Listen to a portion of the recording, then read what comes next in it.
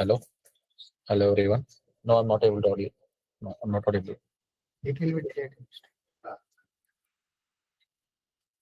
Can you speak? Admit me. Yeah. Very well. Hello everyone. No, I'm not able to audio. No, I'm not audible. It will be delayed. Increase the volume. There is no audio. Ah, can you speak? Right. Admit me.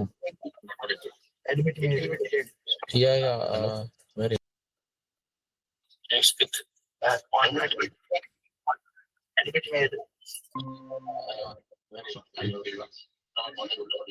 Yeah, streaming is perfect. Can you hear me?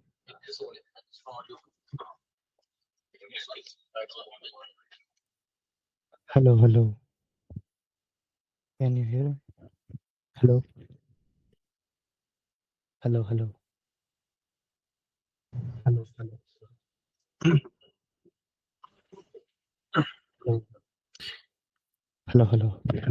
Hello. Can you hear me, Thiru? With this mic. This mic is working now. Yesterday I found that this mic was working.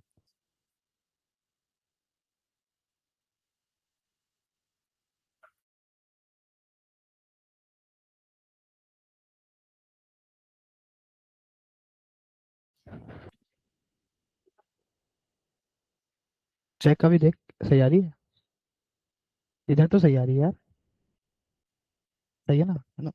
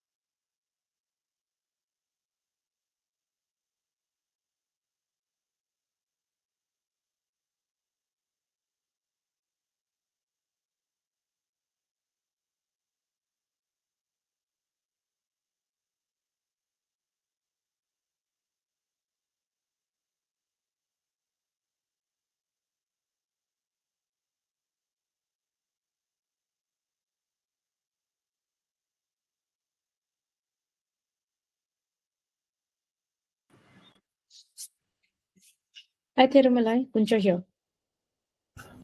Hi, ma'am. We are waiting for participants. So Sure. can we wait like 10 minutes? Yeah, no problem. Thank you, ma'am. I'll just try to share my screen and see if everything is visible. Sure. Yeah.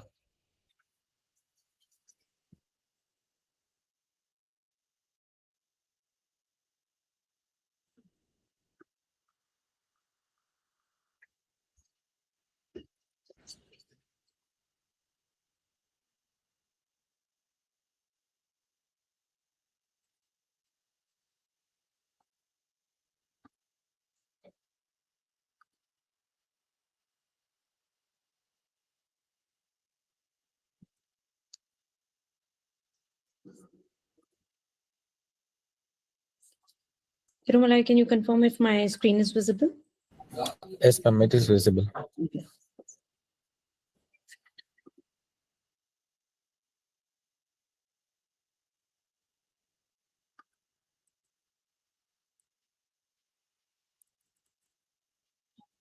And is my browser visible as well? Do you still see? No, ma'am. Only the PPT slides are visible. Okay.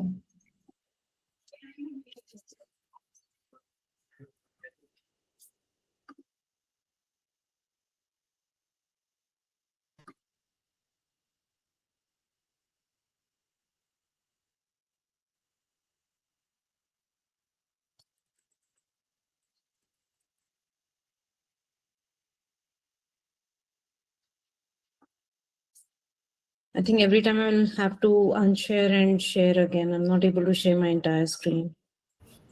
You can do share your entire screen instead of sharing one particular window. Okay, let me know if you're able to see my. Now your browser is visible. Everything is visible. Every tabs are visible. Is my PPT visible as well? No. No. Can you go to your PPT now? I mean, it's still in the browser. Yeah, I'm on my PPTs. I think I'm not able to share my entire screen. I've tried doing that. Okay. The option I'm getting is to share my window. Okay.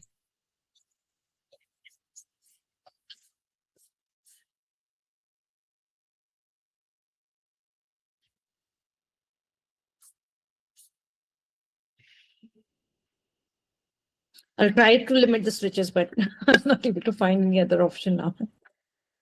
Okay.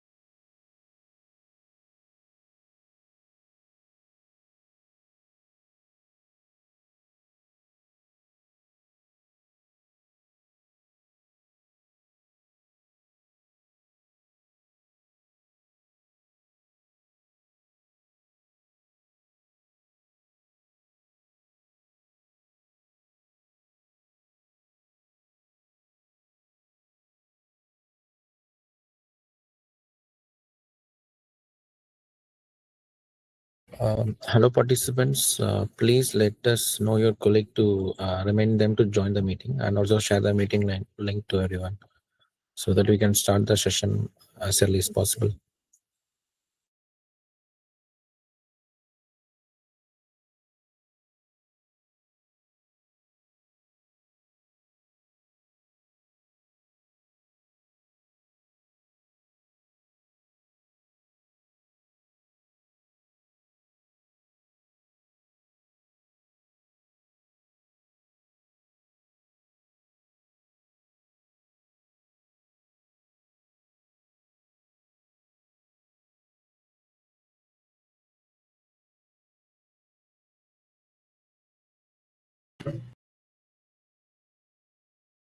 Tirumala, I'll be back in 2 Sure, minutes. sure.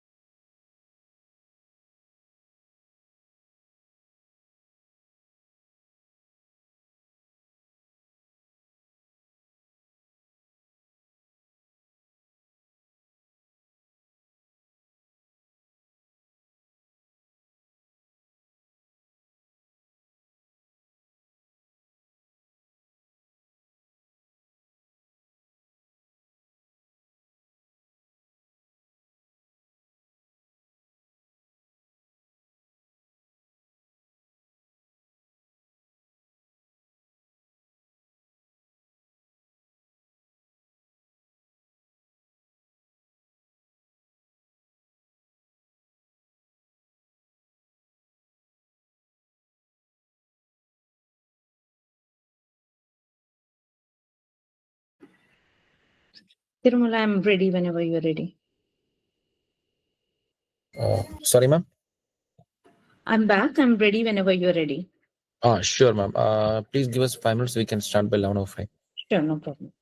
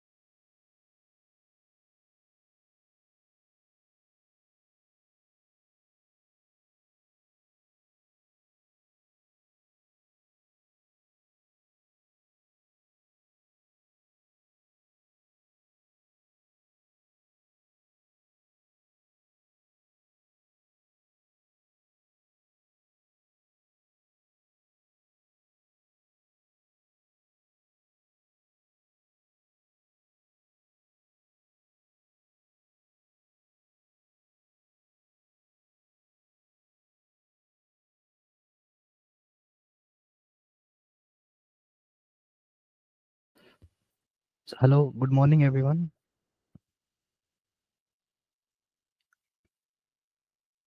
Good morning. Yeah. So, very warm welcome to all of you of the day 2 of Qiskit Fall Fest at C-DAC Delhi. So, I am Krishna Sharma, project engineer working in quantum domain at C-DAC Delhi. So, I am delighted to have you all with us again today. So, as you remember, yesterday we explored the fundamentals of quantum computing and its connection with machine learning, that how we can use quantum machine learning in today's world. So now today what we are going to do, we are taking a next big step in understanding how IBM is leading this quantum revolution globally, and how each of you can use IBM's Qiskit to use your quantum journey in advancing your quantum journey to with this IBM Quantum Qiskit software. So for today's session, we are honored to have Ms. Guncha Malik from IBM itself. So let me introduce ma'am. First, Guncha Malik is a senior security architect at IBM with over 25 plus years experience driving transformation in cloud security and emerging technologies. So she has led critical initiatives in quantum safe security strategies and cloud security. As an IBM Quantum Ambassador and Qiskit advocate, Guncha actively bridges industry and academia by mentoring students and professionals. So contributing to open source projects and sharing insights on quantum computing and its intersection with AI. Outside of this work, Guncha finds joy in gardening and painting, creative outlets that balances her technical pursuits.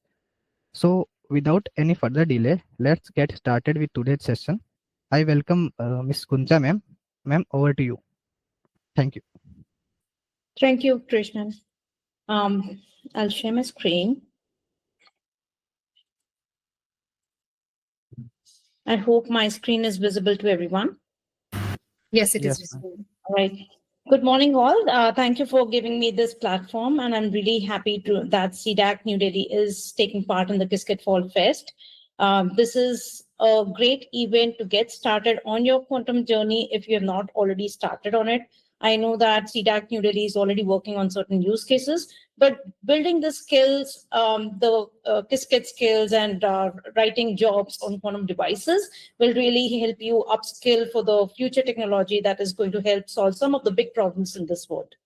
So with that, thanks for the introduction. I am working with IBM. I am a quantum ambassador and IBM Qiskit advocate for 5 years now.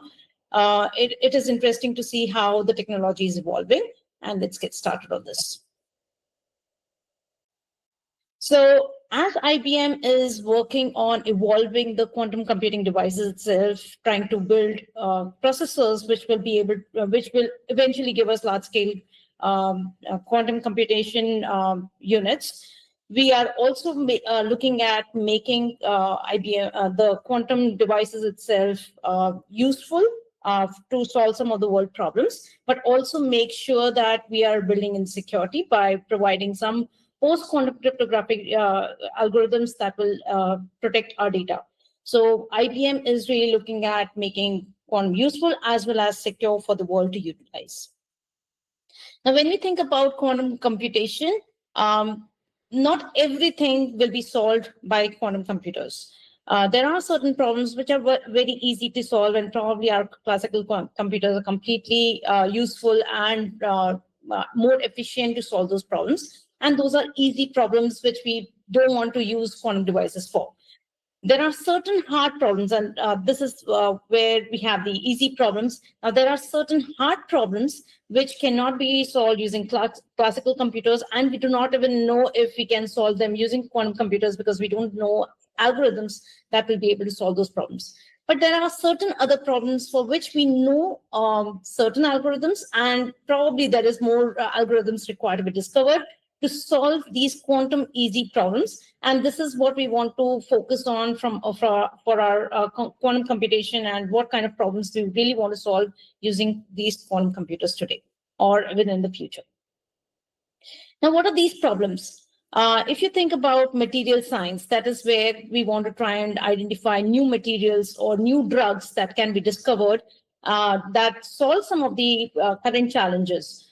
This is where you would want to simulate the molecules in atoms and then start looking at how the interactions happen with the different chemical bondings, and how you can identify new materials which can be more resistant and reliable to the different factors. Or in case of drug discovery, how the bonding is and how it will react to certain diseases, so that we can identify certain drugs which are more suitable to certain class of patients versus others.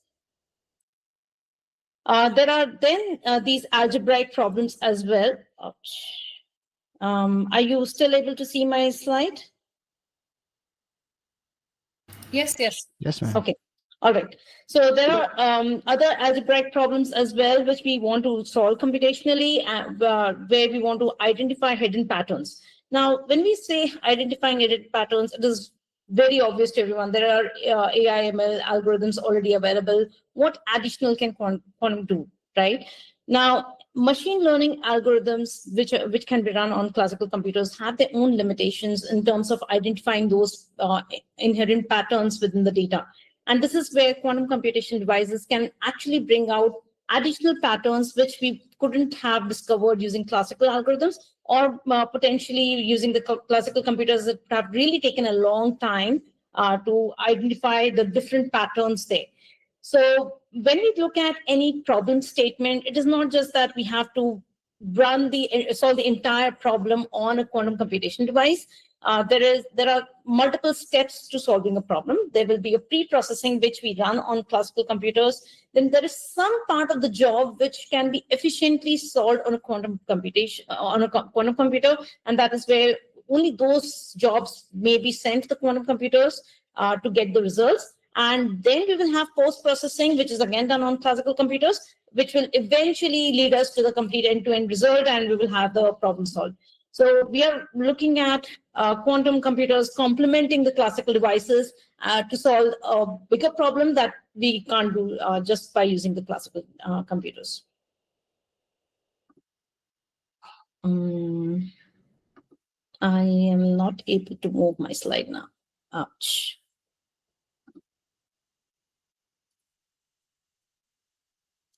I'm sorry, I'm having trouble moving my slides now. Let me stop sharing and share again. No issues at all. It happens sometimes.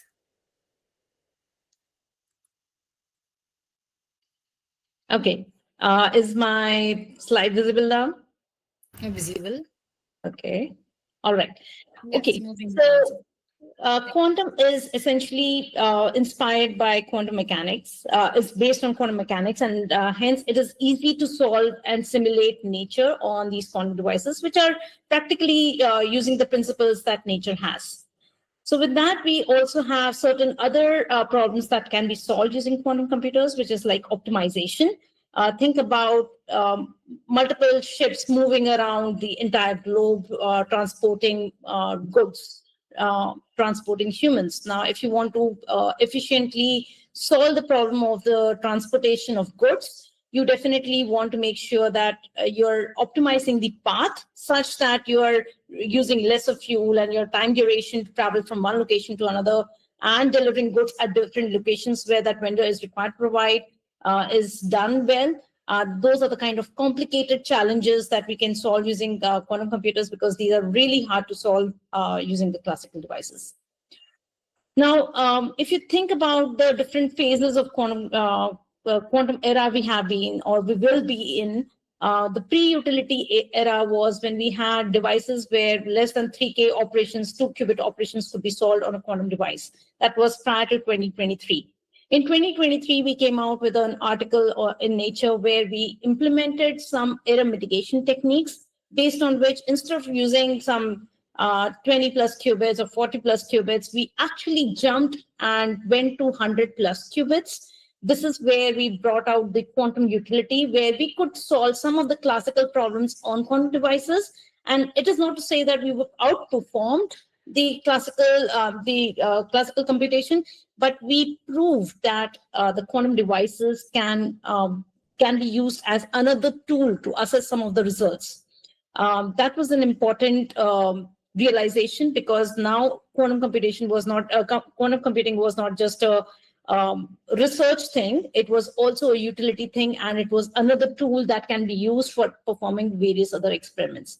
Since then, we have seen that instead of having experiments done with a few qubits, the researchers themselves have now started putting out experiments and research papers which are looking at 100 plus qubits, and they're using 5K 2-qubit operations, 3K qubit operations, 2-qubit operations, rather than small circuits, which is really good, because that is what we want to try and do in order to achieve the kind of results that we would want to do with the practical use cases. Now, this is using error mitigation right now, but IBM has a complete roadmap already made public, where we are looking to have the error-corrected modules later after 2029. In 2029, we expect the fault-tolerant quantum computers to be available, and this is when we will have quantum advantage use cases really emerging quite a bit. It is not to say that we may not see any quantum advantage use cases coming out earlier than that. Even with the utility scale and the error mitigation techniques that we have implemented today, we do expect that some of the partners and the consumers of quantum devices may be able to come out with a quantum advantage use case in the near future by 2026. But even then, we should be cautious that generally when an experiment is performed and results are shared, there is also an evolvement of the classical devices as well. So the classical computation itself might evolve by that time and may be able to surpass the results of the quantum computers. And this race between quantum computers and classical computers will go on for a certain time before we really realize that we are now in the quantum advantage era where classical computers can no longer beat the quantum computers. So in order to achieve the quantum advantage, there are two aspects to it. One, we have to first really provide a device which can provide trusted results and on which the experiments can be performed in a reliable and in a performant way. And this is where IBM has taken the ownership of ensuring that we are giving these devices and the required platform so that the users can perform these experiments. The second part of the quantum advantage is really something that IBM cannot do alone. And this is where we want members like you coming and learning the Qiskit and running jobs on quantum devices so that now you can start performing these experiments, some of the real use cases, and try and simulate them on quantum devices to identify some good results and show whether they can perform better than what the classical computation can provide. And this is when we will achieve quantum advantage. Either it is cost effective or it is an efficient execution of the task, which is time effective. So that is what we want to make sure that we are enabling the ecosystem to use the devices and so that they can then perform the required experiments and come out with the quantum advantage use case. So what is quantum computing? As you have already gone through the basics, I assume that you've already gone through the basic principles that quantum particles follow. The superposition, entanglement, and interference are the three principles based on which these qubits work. And this is what enables us to solve some of the the classically intractable solution problems that we have today. Now, in classical, you have bits as zeros and ones, and you have a classical logic circuit where you have AND gate, OR gate, XOR gate. And this is how we have been reading throughout our education, right? Now, in the quantum bits, you have the states 0 and 1, but you also have states other than 0 and 1. So you think of it as a ball, and any point on that ball, which is a sphere, you have a quantum state.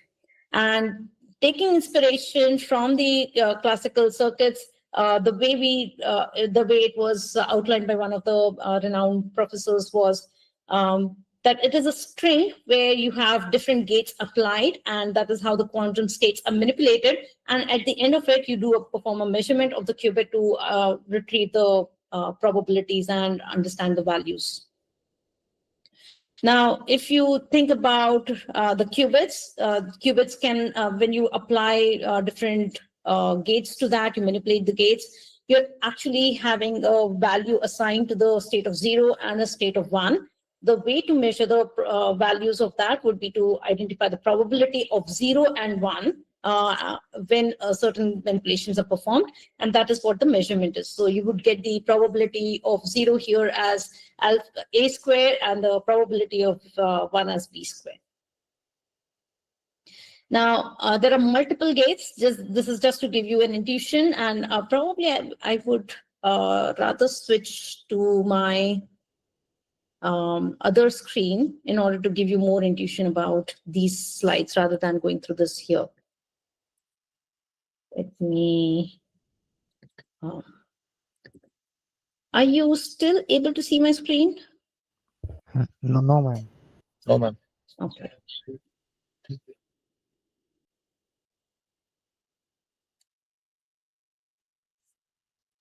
All right. How about now?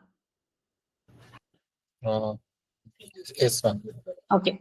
All right. So this is a nice block sphere that was developed by one of the members in IBM. No, sorry, ma'am. So we are not able to see the full screen. You're not able to see the full screen. Okay.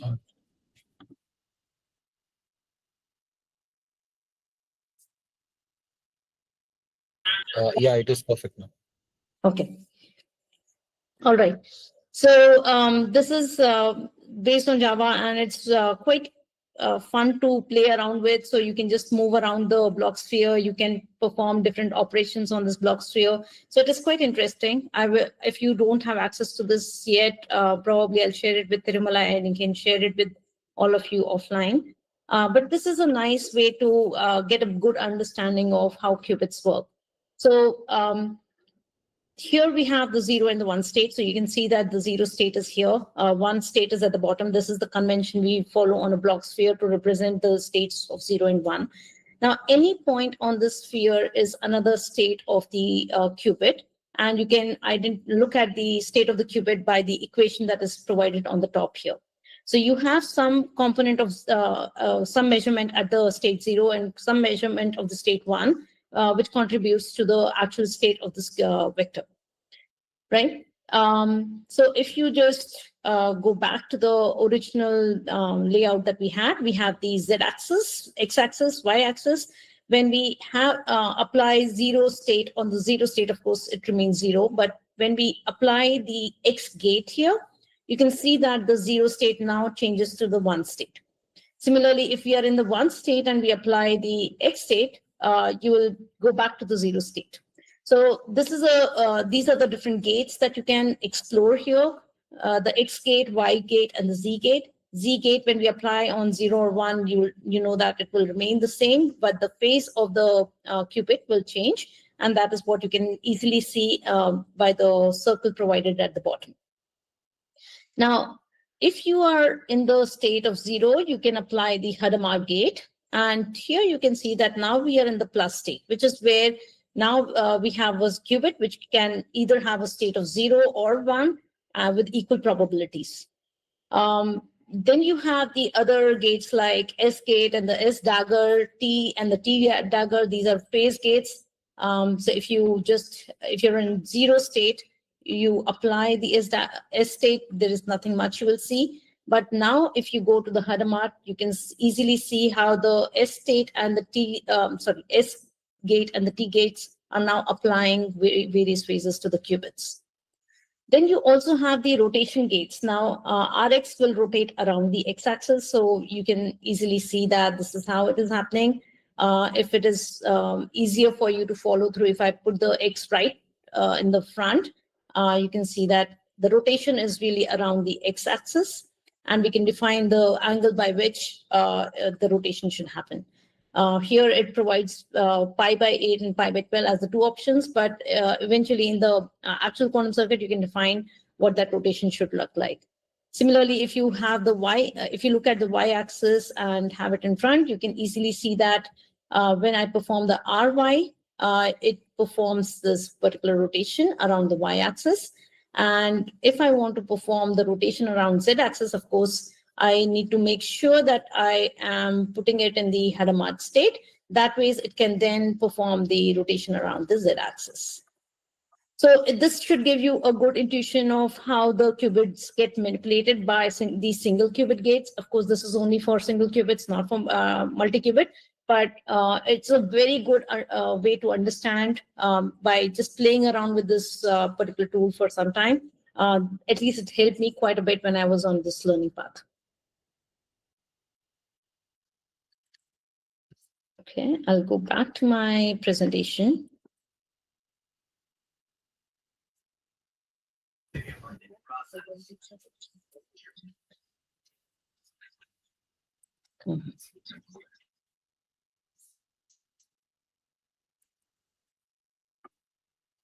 All right, so we have already covered the qubit state, so I'll just skip these slides. Now, gate operations, as I mentioned, there are single qubit gate operations, there are multi-qubit gate operations as well. Now, in quantum computation, we ensure that these gates are reversible gates, so that the information never gets lost. If you apply a certain gate and you apply the inverse gate, you get back the same information. So that is how the gates have been defined. All right. Now, if we think about what do we really want to simulate on quantum devices, and why do we really need to simulate on quantum devices? Here's an example of the caffeine molecule, where just to simulate the energy level of the caffeine molecule, you require 10 raised to 48 bits in order to represent the entire molecule. That is infeasible, considering the even if we use the best supercomputer that we have today. Now, if we want to represent the same thing on a quantum device, we need 160 logical qubits. And please note, we are talking about logical qubits here, not physical qubits. We need 160 logical qubits, which is still feasible in the near future. I was attending one session from one of the professors who was quite interested in analyzing how the RDX bonds are manipulated based on the external factors, the energy that is applied to those bonds. And he was mentioning that if he wants to perform that study, he's not really interested in the quantum devices, but if he wants to perform any research in that area, or if he wants to perform any study or experiment, now he cannot just take a slice of that RDX molecule and simulate it and get the results. But, well, he can do that, but it will actually change the properties of the molecule itself, and it will not give him the accurate results as it would if he represents the entire molecule onto the quantum device. And that is where he was quite interested in how quantum computing is evolving, so that he can then work with some of the experts in the quantum computation domain and start simulating the RDX molecule and assess how the bonds are manipulated there. So if you think about the problem hierarchy that we have some solvable problems. There are some interesting problems, and there are some timely problems. And these timely problems are the ones that we can focus on today, because the utility scale devices that we have today, the error mitigation techniques that we have today, do make some of the problems reachable even with the current hardware. And that is where we can start focusing on what are those use cases and how we can start simulating them and performing certain experiments there. Eventually, we would have to start looking at some of the interesting and solvable problems as well, and see how the evolving quantum devices can and the technologies, the software, the algorithms will help us solve those problems. So when we have to look at when to use a quantum computer, we have to find that sweet spot between the easy problems and the hard problems, considering the current state of quantum devices and the known algorithms, and identify that there are only certain specific problems which are using, which require certain computation that can be solved. And identifying that sweet spot or the specific problems is where we want the industry to and the academia to really focus on and help with the problem statements. Now, if we think about how these use cases are going to reach the advantage, or how soon they are going to reach the advantage, this is how we perceive based on the work and the study that our partners and the ecosystem have been doing. Chemistry and material, since it is simulating nature, essentially simulating nature, it's the closest that we have. This is what we expect should have reached the quantum advantage sooner. Then comes the optimization and search problems. And then next would be the machine learning, and the last would be the numerical simulation. This is where the physical systems, how they are simulated and how we can assess the energy that can be determined. Now, if you look at each of these problem statements, it's not that chemistry and materials is only limited to the healthcare industry or the medical industry. It can also come useful in the petroleum industry, or even in the aerospace industry, right? So you can look at what are the challenges that the industries have today. And every industry can have one or more use cases in each of these problem statements or problem areas that we have defined on the left. So aerospace can have problems related to material science, where they want to see what material would be efficient to use and ensure that they're using lesser energy in order to transport the humans or even the goods, or which is the optimization algorithm that should be implemented, just to make sure that the flights are really traveling the best path and are transporting the transportation schedule or the flight schedule is such that they are really operating efficiently. So there's a lot that can be done in each of these industries, and there needs to be a collaboration between the domain experts and the the quantum SMEs, in order to understand how we can identify those specific use cases, how we can use the currently known algorithms to take advantage of these quantum devices today and solve these problems more efficiently for these industries. So when we think about having a utility scale work done, we need QPUs, of course. And these QPUs have to be reliable and performant.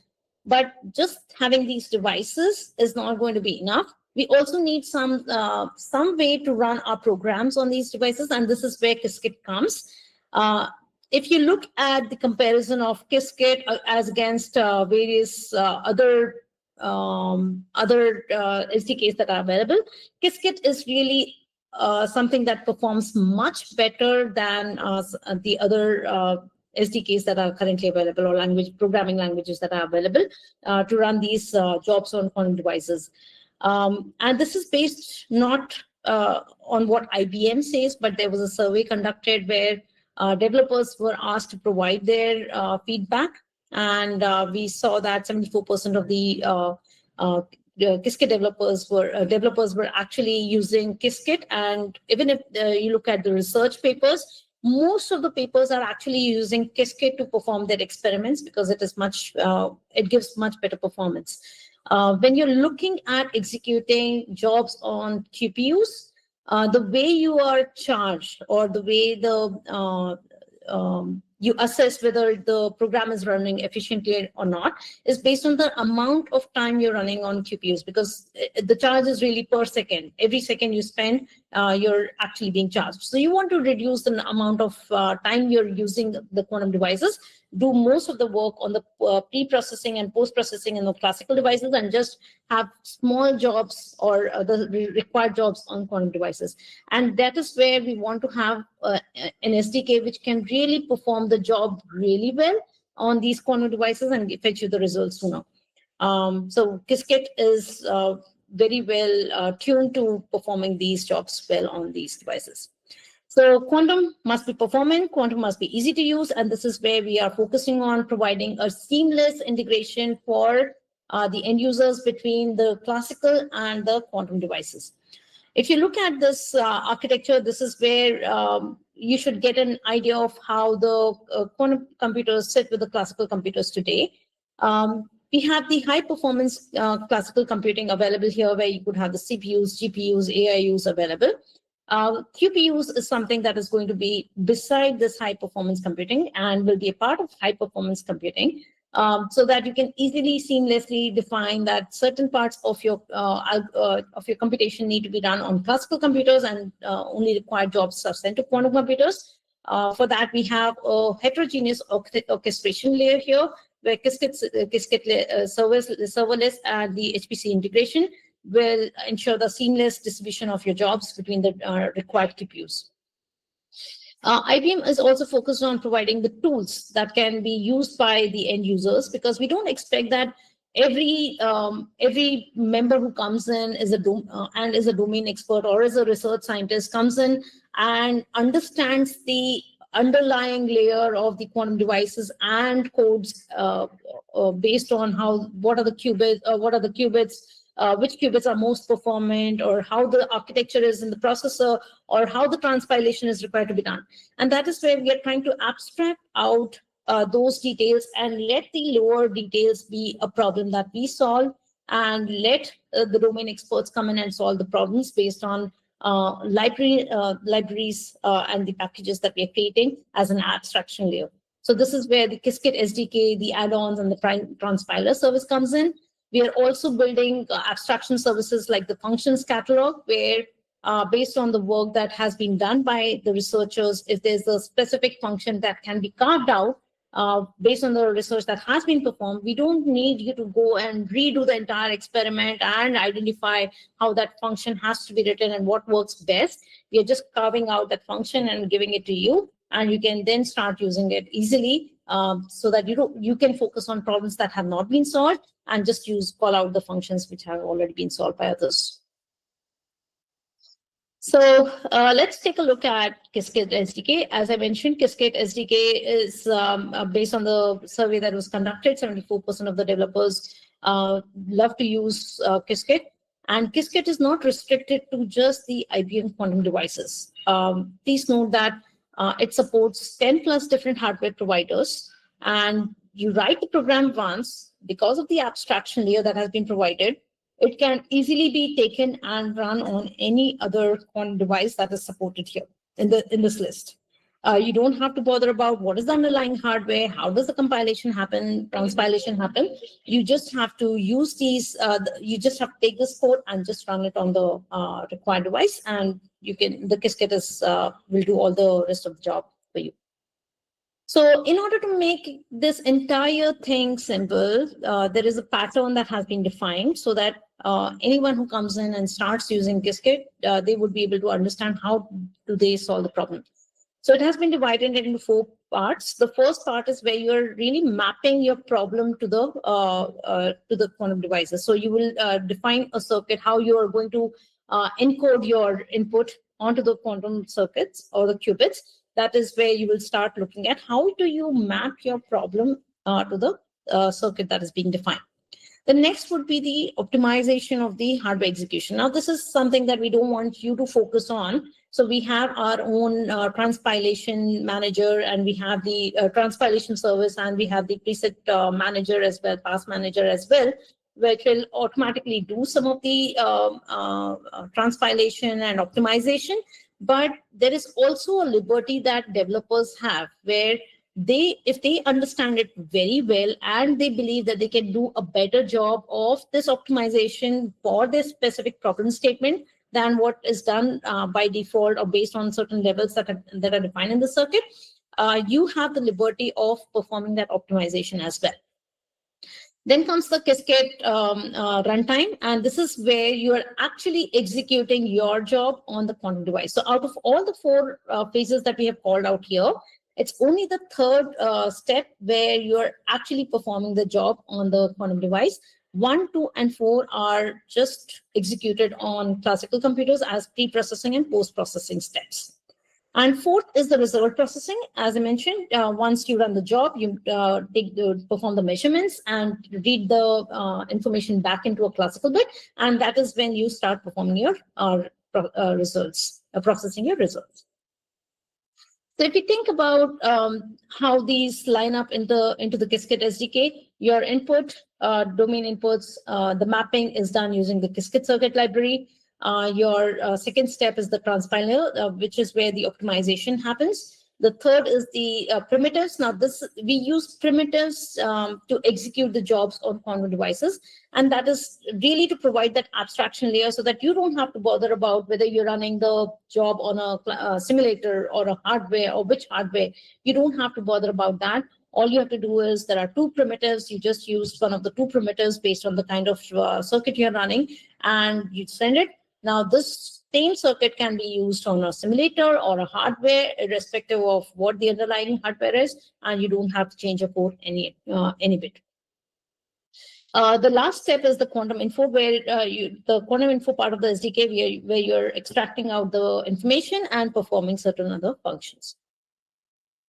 Now, to make it simple, since we have been doing a lot of research and developing capabilities, instead of making the Qiskit SDK, updating the Qiskit SDK and breaking the code, breaking your code, what we have done is that for all these research capabilities that we have defined over the years, we are now putting them out as Qiskit add-ons. Now that helps you to just use your same Qiskit SDK and just add the required add-on, and perform the specific jobs in these various phases. So you can see that for the map phase, we have a few Qiskit add-ons made available. Similarly, Optimize has something. For execute, we have the primitives. We don't have any add-ons here, but we also have SQD, STQD kind of Qiskit add-ons available for the post-processing as well. Now, as we build add-ons, there are also something called as Qiskit functions. Now, the work that we have been doing with our partners and collaborators, they have been performing their own research. And based on the experiments and the research that they have done, they have also identified how certain problems can be solved. And that is something that they are releasing out as Qiskit functions, which is also being made available to our network members and the users as it matures. So there is a early adoption kind of phase where the network members get access to it, but certain of these functions can also be made available later to general users to try out and solve their problems without redoing the work that others have already done. So what are the different execution modes that we have? Now, when you're performing execution, of course, you can't just keep running a job every single time, and that is not really going to be more efficient. So we came up with the different execution modes depending upon the kind of jobs that you need to run, kind of experiment you're running. You may need to look at sending one single job or multiple jobs at the same time, and we have different execution modes for that. When we think about performing any experiment, there are two main pillars that we are really focused on, performance and reliability. And with those two in mind, we definitely need to look at in which execution mode would it be much easier to perform certain experiments. So we have three different modes in which an experiment can be performed or a job can be executed on quantum devices. The first is just a job. Job is one single job that you're sending to the quantum device and you're fetching the result. It's plain and simple. It's a very regular job that you're just defining and sending one single record, one single circuit that you're defining and sending. Now, in certain cases, for certain experiments, you may have a case where you perform certain job, and based on the results that come out, you want to manipulate the parameter value and redo that job again. And based on the next set of results, you need to do it again. So we have, for example, we have use cases like VQE and QAOA, which is optimization algorithm. For these kind of use cases, we have something called a session. Now you can have multiple jobs sent to the quantum devices in a single session. So you establish this session, you block that device for yourself, and you have the parameter defined initially. The first job goes to the quantum device, results are retrieved, and then based on that, manipulation of the parameters happens, and the next job is sent. And this happens till the time the solution converges. So this is where you can have the session kind of job sent, execution mode used here.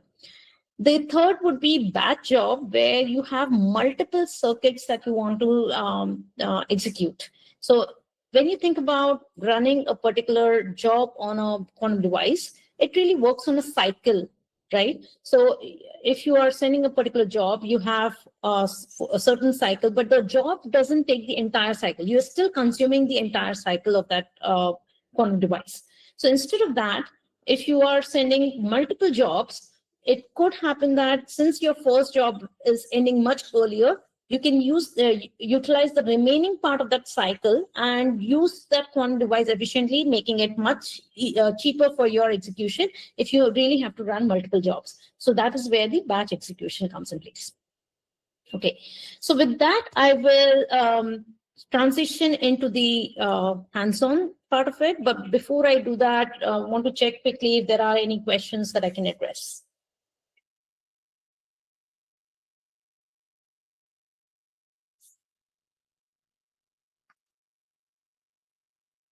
Okay, I don't see any questions in the chat as well, so I'll continue with the hands-on. I did share 2 notebooks with Tirumalai. One was shared earlier as a, sorry, was there a question? No, ma'am. No, ma'am. It's Tirumala here. So, to the participants, so I have shared the hands-on code notebook in the chat box. So you can download that code, Python notebook, and you can follow ma'am when she's doing the code. Thank you, Tirumalai. So please do download the books, and let me share my screen. Okay, hopefully this is visible. So there are 2 books that I have shared. The first one is the Qiskit hands-on 101 hands-on. This I had shared as a pre-work. It would be good for you to try your hands-on this particular notebook, because it is really helping you to manipulate the single qubit and multi-qubit, and see how the results can be depicted on a state vector. How it looks on a block sphere. So you can always play around with this book. So definitely a good one to look at. Maybe what I want to do is also show you the quantum platform if you have not gone through that already. So when you, this is the IBM quantum platform, which is where you will log in, and you can look at the usage, your QPU usage, or how much time your jobs have taken. You can also play around with the composer there. So let me just walk you through this. And if you have not registered on this already, please go to quantum.cloud.ibm.com. This is the new platform and the upgraded platform that we have for quantum. We have moved away from the previous platform which we had. This is now based on cloud, and it is well integrated with identity and access management service on the cloud. So once you have it over here, you can install all your other resources as well, classical resources, and you can perform your jobs. So let me just log in here, and I'm hoping that all of you are doing it along with me. I will need to get my, just a sec, I'll get my YubiKey.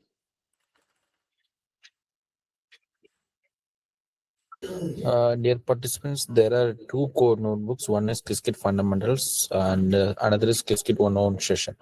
So please follow accordingly. Please let me know if there is any trouble in downloading both the notebooks.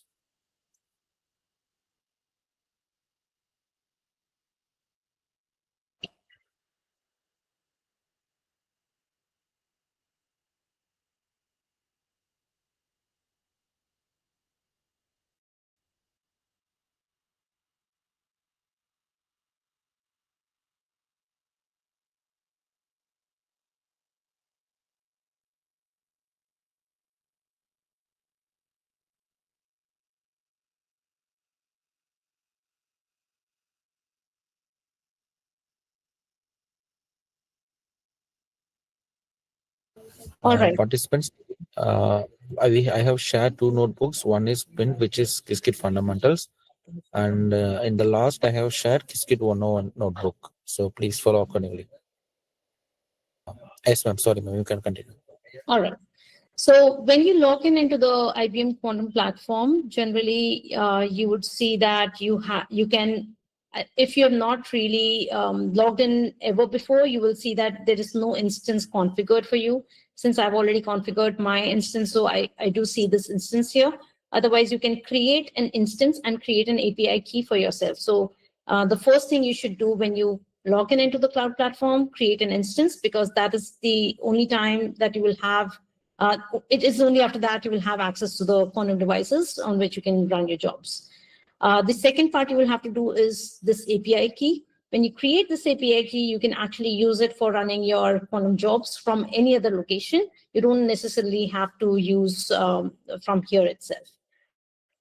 The other things that I would like to show you is you can, once you start running jobs, you can also see the number of jobs that you have run here, the QPUs that are available to you.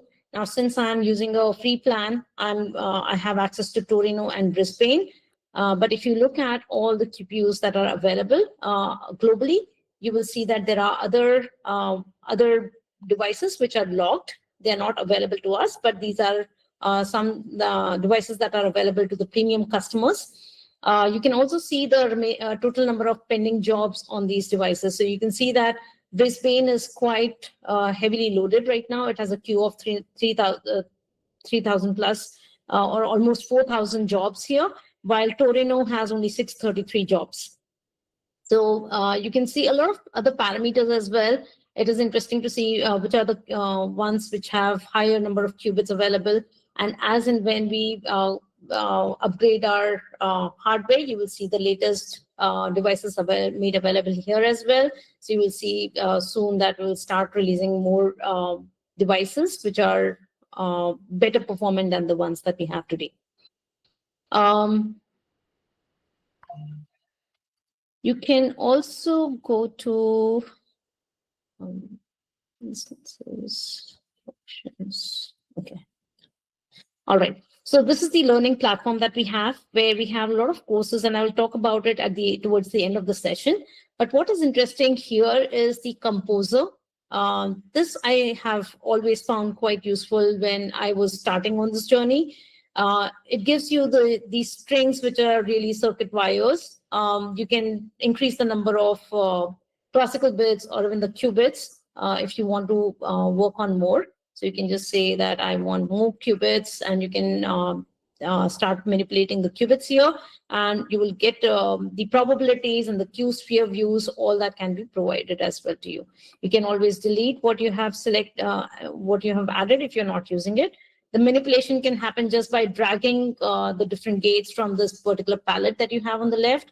You can perform different manipulations. You can add barriers, and you can always extend it to the number of qubits that you want, so that it's much easier for you to read the specific circuit that you're designing.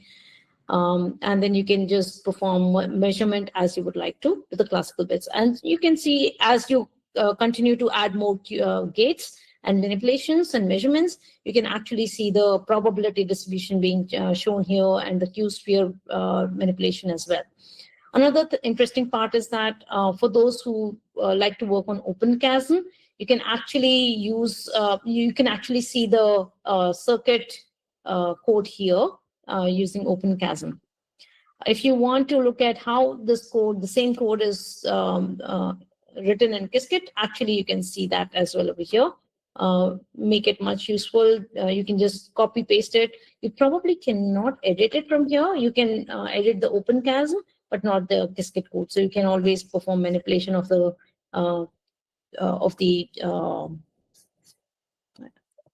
circuit here and see how it works. So if I want to just add another gate, I can actually perform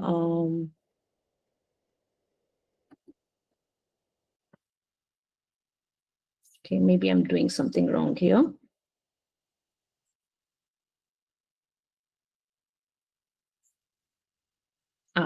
So this is how you write the syntax. So that is the error I was doing. So you can actually write it over here, and the gate will appear on the UI. So that way you can also see how you can improve your coding, and you can always do all of that. Apart from that, there are some AI services that IBM provides as well with Qiskit SDK. For example, the transpilation service itself has the AI component to it, where the optimization can be done by AI. But you also have something called as Qiskit Code Assistant, which is again what you can use for writing the code for your specific jobs and experiments. Okay. Now let's go to the notebook that we had shared. Now this is a Qiskit 101 handbook. You can hear it gives you quite a bit detail about what the you can perform. You start with installing Qiskit. Now you can install Qiskit on your local machine or laptop or desktop if you wish to do so. There are steps, instructions given for that. But if you would like, you can also use Google Colab or QBraid for the same. I generally find it much easier to do it on QBraid. And let me just show you if you have not seen QBraid at all. This is where you can just log in, and for free, you can actually launch a resource. which you can use for your work. You can use for quantum classical as well. You don't necessarily have to do it for quantum only. So let me just stop what I have here and restart just to show you what can be done. So I'm using a free CPU 4 GB RAM that is sufficient to run my jobs. I'm going to use this as the classical computation via which I'll be performing jobs on quantum devices. So my lab is ready. I can just go to my lab. I can upload my Jupyter notebooks on this particular lab.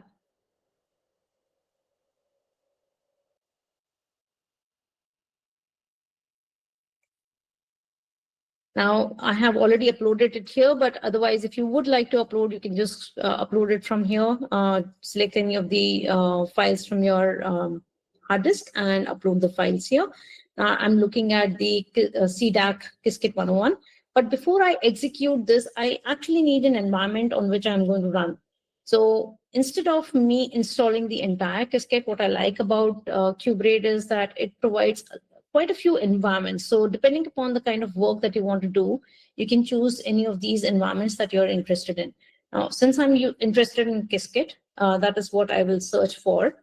And I see that it has quite a few Qiskit environments.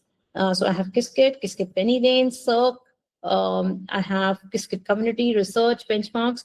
So here I'm just looking at Qiskit and I see that there is Qiskit version 0.42, 0.43, there is Edge GPU, and there is Qiskit 1.2. But these are older versions. I'm not really interested in that one. So let me see if there's a later version available. So if I do all of that, I can see that I already have my Qiskit 221. I was not able to see over there because I already have this installed and active. But for you, you should be able to see Qiskit v 2.2.1, which is the latest version of Qiskit, and you can just install that. So once you select it, you can just install the packages. It will take some time, but the environment will be ready for you to use instead of you doing the installation right from scratch. So I find it quite useful. Try it out at your end, and if you find it useful, you can go ahead and use it. Otherwise, if you are a person who likes to do the installation on your laptop and would like to do that, please go ahead, look at this particular notebook. You have the instructions here, how the installation can be done, how the cloud account can be set up. We do need your API key if you want to run your jobs on the real devices. So please do configure your CRN, the instance on cloud platform, and also your API key. Remember your API key because you will have to use that for connecting your to your quantum device and sending your jobs there.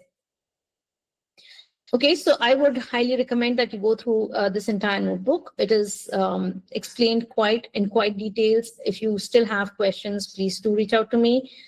This is nothing but manipulating qubits, which I had shown using the block sphere here. It's quite handy to just play around here and see how the manipulation happens and how the qubit changes. Then you can also look at how the multi-qubit states are gates are implemented and how your qubits behave once the gates are applied to them. So with that, let's move on to the next notebook that we have, which is Qiskit 2 Fundamentals. Now, this is something that we will start executing together. So I hope you all have the QBraid environment ready. If you would like me to wait for 2 minutes, I can wait so that you can just come up to speed with the QBraid instance. Ma'am, we have a question in chat box. If please, Okay. can you address that? Can you read out the? Yeah. Don't mind. So IBM cloud account is only free for a trial period of 30 days. Is it? No. So if you go to the cloud platform, and I don't know where it is, but if you go to the cloud platform, it is not just for 30 days. What it essentially gives is that for 30 days, you have 10 minutes of time available for you to use.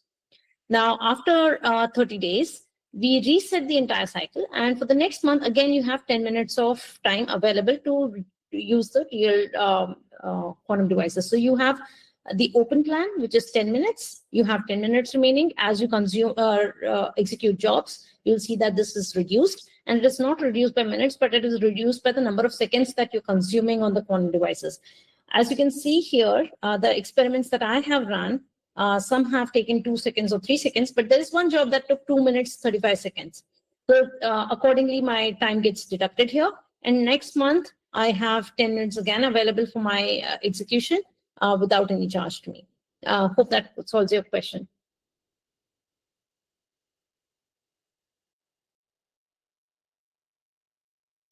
Yes, ma'am. Okay. Any other questions? No, I think we can go for the code walkthrough. Okay.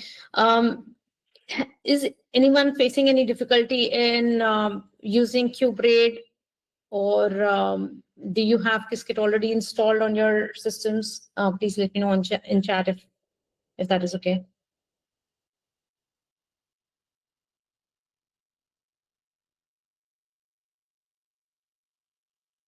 I don't see any questions, any concerns, so I'll just go ahead and proceed with the notebook. So the Qiskit 2 Fundamentals Lab, there are more advanced operations that we are going to do here so that you understand how you can utilize the Qiskit SDK itself to its to the kind of capabilities it provides. You will see the first step is really installing the Qiskit visualization. Now, when you perform the experiments or create circuits, you want to see how the circuit is, how the circuit looks and how the manipulation happens, how the results are seen. So that is where you need the Qiskit visualization. You need the IBM runtime for running your primitives. But if you're actually running on a different hardware, you can actually use the provider as well. It may be good for me to just show you quickly about the primitives. So there are 2 primitives that we have. One is the sampler and one is the, these are the primitives. So one is the estimator and one is the sampler. Based on the kind of experiment that you're performing, you can actually either extract the observables, the values of the observables, or you can sample the results to determine the probability distribution of the same. And based on that, you will use the estimator or the sampler for that particular experiment. Now, as a base class, we have the estimator, the base estimator V2 and the base sampler V2. This is what you get as the base class, and which is what you can use if we take it directly from the Qiskit primitives module. But if you're looking at using the Qiskit runtime, you can directly use estimator V2 and a sampler V2, which is a wrapper on the base class and is well tuned to be used further in the Qiskit runtime for quantum hardware, IBM quantum hardware rather. Now, similarly, there will be other estimator class instances or sampler class instances created for the different hardware based on the provider. So you can then use it from the provider and use the backend estimator V2 or backend sampler V2, which is a wrapper for that particular hardware that you can use. If there is a particular backend for which you don't have this estimator or sampler, as developers, you have the liberty of creating a wrapper on these base estimator and sampler to support the hardware which is not yet supported. So you can always extend this to run it on different hardware. And again, you would not have to keep changing your code once the sampler and estimator base classes are extended. You can just use the same program to run on any of the hardware that, or any of the provider's hardware that you want to use it on. So the first step, we'll just execute this to install the visualization runtime, air, and import, the CASM3 import. There are other import statements that we have that we want to call out before we start executing our programs. Now, once this is done, all right, it is giving me the notice to upgrade my pip, but that is okay. All right, so the first thing we want to do is perform the poly operation. Now, the poly operators are X, Y, Z, or the identity gates, which are nothing but 2x2 matrices. Now you can apply the poly operator by just writing the poly x, calling out the poly x, or if you want to use the multi-qubit, you can call poly xi, and that is how you can perform the manipulation on the qubits. Now, in this case, we want to create a 3-qubit poly operator representing Z, Y, and I. Looking at this particular case here, the way we have explained here, it's obvious that what we are going to do is ZYI in order to apply it on the 3-qubit. So first we'll define the circuit, and then we will just apply the operator and then print the matrix. So as simple as that, you will just perform the poly operation here. You will just convert it into the matrix, and you can see that the poly operator is ZYI, and this is how the matrix looks like.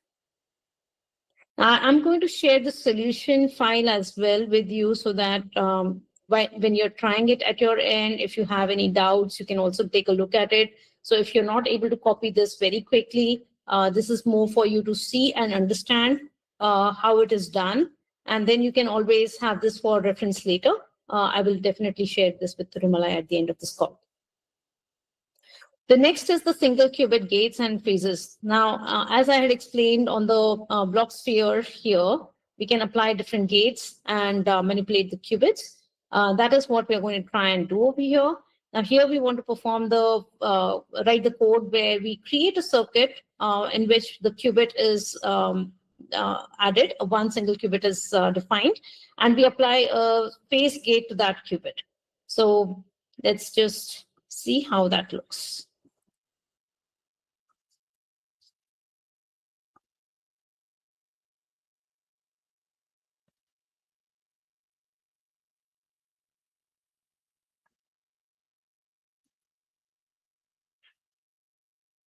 Seems to be taking more time. Okay, while it is executing, I'm not sure why it is taking that time. Maybe some problem at the server end. Okay, so this is not really running on real hardware. So it should really be fairly fast to run. This is more on the qubit side where the server would have taken time. But this is the state vector. So what essentially you've done is that if you remove this particular phase gate, all you will see is that you have a state vector of 1 because you have applied the X gate here to the single qubit that we had defined. Now, once you apply the phase gate, this is where you will see that now there is a different value assigned to the state vector because of the manipulation performed on the qubit. So that is what you can see in the latex format here. You can always go to the API docs available. This is the SDK API docs, where you can also see how what are the different functions that are available. So in this case, where we are talking about, say, state vector draw. So let's see what we can see from here. So if I have, this is just a sec. This is state vector. Should have it. So I have the state vector here, and I can look at the draw function. You can see that there in the code we had used latex, but you can also use the different options available here and see the results in the required format. So this SDK is quite handy. Use the latest version of it, and just make sure that the version of the Qiskit SDK that you're using and the API runtime that you're using, they are actually the same, so that what you see here is what you're seeing in the execution as well. Okay, the next one is superposition and block sphere rotations. Now here you want to perform the rotations Rx, Ry, Rz. This is similar to what I had already shown on the block sphere here. So essentially we are just going to perform the Y rotation. And here you can decide that instead of 3 pi by 4, you want to actually have 1 pi by 4, and you can actually see the difference in the results. So now your state vector is actually, your qubit is actually pointing here instead of the earlier position that you had seen. So you can manipulate here or you can look at here. You will get the similar results, and it is quite intuitive to just observe that for some time. Next is the multi-qubit operations and entanglement. Now, you must have heard about the Bell state. So essentially, you want to have 2 qubits. You want to put 1 qubit in Hadamard and then entangle it with the other qubit. And that is how you will get the Bell state. So this is what the execution looks like. And this is your circuit for the Bell state. Now, building quantum circuits and drawing. You've already seen the draw function. All we are doing here is that instead of 2 qubit, now we have 3 qubits, and we are performing the entanglement, which is what provides you the GHZ code here, GHZ state here. So this is what we can do. Now, something that would be interesting for you to see here is that we can also define how we want the bits to be shown in the diagram that we have. Right now, so far we had seen that we had the Q0 on top and Q1 at the bottom. This is how the Qiskit handles it. It uses the little endian format. So we will always have that Q0 as the least significant bit and towards the right. But here, if you want to reverse it, you can actually put Q2, Q1, Q0, and you can just use the reverse bits parameter here to do the same. If I, instead of that, change this to false, you can see that it comes back into the regular state, the regular order in which Qiskit generally shows the circuit. Okay. Next is the dynamic circuits. Now, this is where this is quite important feature when you want to perform experiments. Now, when you're performing experiments, you want to perform certain sections of the code if a particular criteria is met or something else otherwise. And this is where the if test context manager comes in handy. So what you can do is that when you create a circuit, of course, you're putting it on in superposition and you're measuring it, but this is what your circuit definition is. Now, during the execution, what you're essentially going to do is that if the 0 qubit is 1, that is when you will have the, sorry, not the 0 qubit. If the classical bit is 1, because you've already measured the 0 qubit into the classical bit. So if you see that the classical bit value is 1, then you want to perform the X operation or the NOT operation on the qubit 1. Otherwise, you want to keep it as is. And that is what this circuit will do. When you draw the circuit, you will see that is how the circuit is defined. But you can actually use this if test context manager to put the criteria and more complicated criteria as well, if that is useful for your experiments. The next is visualizing the quantum states and the results. And this is where you can plot histogram just to look at how the count values are or the results are for a particular circuit execution. Here we have the quantum circuit defined, which is putting it into the Bell state. We are using the simulator here. As you can see, it is the air simulator. We are not using the actual hardware. We have something called as general preset pass manager. This is where you are defining all your parameters, like which backend you want to use, what is the kind of optimization level you want to use. Optimization level actually helps you define to what extent the optimization should be performed automatically.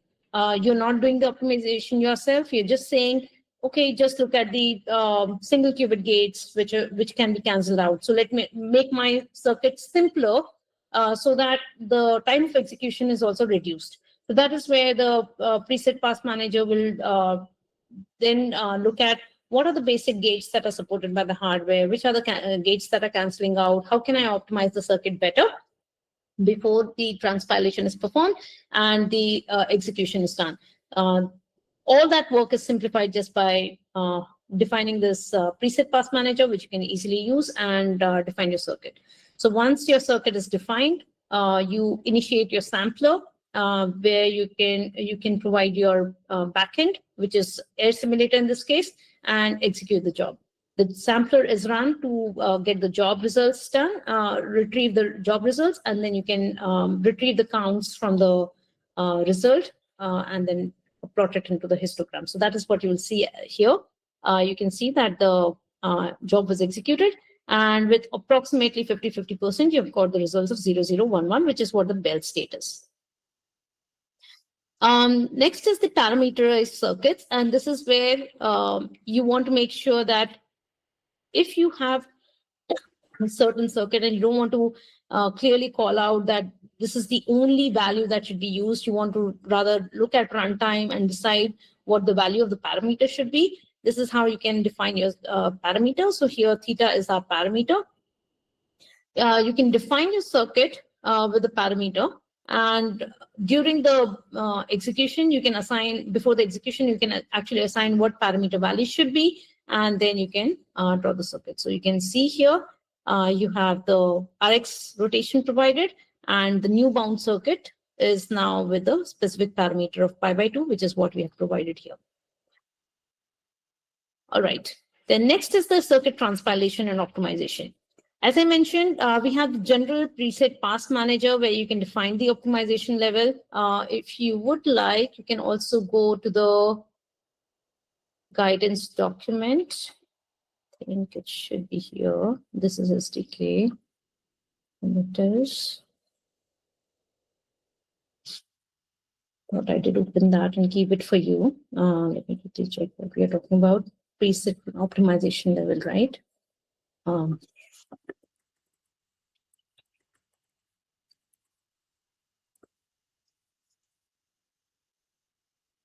All right, so you can just go to the optimization level documentation and look at the different values that are available. So you can have 0, 1, 2, 3. 0 would be no optimization at all. 1 would be light optimization, where you are actually canceling out the gates, the single qubit gates. Medium optimization would be a bit more than that, making sure that the layout routing is done well. And high optimization will be where a thorough optimization is done. And depending upon the level that you assign, the transpilation time might take longer, but the execution time will be shorter. So once you have the best optimized circuit, execution will of course take lesser time, but it is more critical for you to just have the transpilation done fast, then you can have the lower level of optimization done. So that is what this circuit, particular section is about, having the optimization done and circuit executed. The next is execution modes and sampler estimator. We have already talked about it, so you can just answer the questions that are provided in the exercise. Next, we look at the sampler primitive. We have already seen this in some context in the previous exercise. So we can define the sampler, we can define which backend we want to use and perform the experiment. Again, the counts can be retrieved and those counts can be measured or printed, or it can be put into the plot. Next is the estimator. Now the estimator, again, you're going to use the preset pass manager. And here again, for the estimator, you're going to define what the backend is. Here we have the air simulator, which is used. Once the estimator is run, the job result is retrieved. And you can then pull out the result and look at the expectation value for the performed operator. Okay, so I can quickly execute this.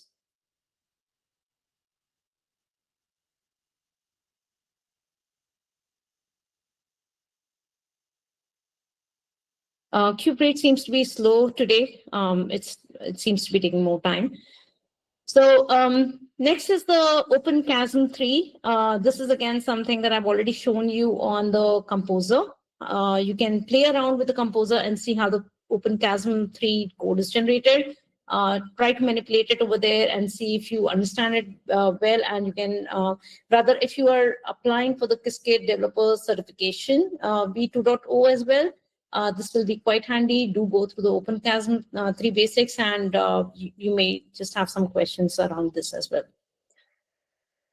All right, with that, I wanted to keep last 10 minutes to see if there are any specific questions that you have for me. I will share this handbook with this notebook with Thirumalai with the solutions, and you can always assess if you understand it well and come back with any questions later, and I'm happy to answer them.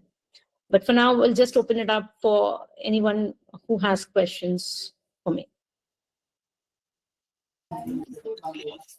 Thank you, ma'am. It's Tirumala here. It was so informative sessions. So even in C-DAC's centers as well, like a lot of researchers are working with quantum and different verticals like quantum machine learning, algorithm, and optimizations. So I encourage to appreciate participants to have any kind of questions related to quantum or what IBM doing with quantum and what are the opportunities that can be explored. So I appreciate participants to have ask any questions with ma'am.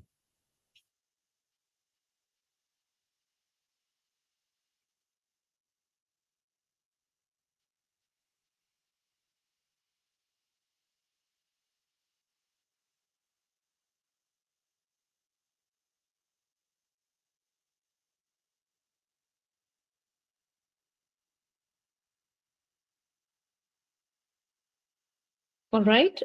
So there seems to be no questions for me. Tirumala, handing it over to Yes, you. yes, ma'am. Thank you so much. So I invite Dr. Priyanka Jain, Head of Neuro-Cognitive AI and XR Group, C-DAC Delhi. She is also Associate Director at C-DAC Delhi to deliver a vote of thanks. Okay. Thank you, Tirumala. Thank you very much, Ms. Guncha. And it was just a fabulous session. And this is not only talking about the IBM thing and the work related, but the insightful session which you have carried out with the make us understanding all the nuances of the application and its parts. It's really wonderful and very beautifully you covered all the aspects right from start to end. And I would like to personally thank you for having this time available for us, attending this session, making us aware about all this journey. And we are happy and we are encouraging our people, and we are also encouraged to get along with the researchers community like you and getting ahead with the technology which is moving us forward. And at the same time, I would like to thank IBM also for organizing this Fall Fest, because this kind of events are there where we are putting ourselves into the thought of getting along with. So this is encouraging the researchers across the nation, and it's good we are coming together and moving forward. So thank you for your time and efforts for joining this session. At the same time, I would like to thank all the audience for attending this session, and I hope it would be helpful for all of us to have a better understanding and deeper understanding of the technology. Thank you very much. Thank you, ma'am. It's really nice to see that organizations are really taking efforts to put in and teach their students as well and their employees as well to understand this new technology. I know it's not easy. I know it is quite daunting at times because you don't know what to look for and how to fetch the results. So I'm really, really glad that C-DAC New Delhi has decided to go for this Fall Fest and enable others to understand as well how to use these devices. If there's any way that I can help you in making progress in your research, I would be really happy to get involved. There are researchers in IBM who would be very happy to get involved. So please do let us know. And thank you again for inviting me to this platform. Thank you. Thank you very much. All right. Bye. Bye. Thank you, ma'am. So, dear participants, we have posted the attendance link in the chat box. So please fill the form for the attendance of the session. So the attendance code also has been shared in the chat box. So if you have filled the attendance, feel free to leave the meeting. Thank you, everyone. Thank you for the participation. Thank you, ma'am.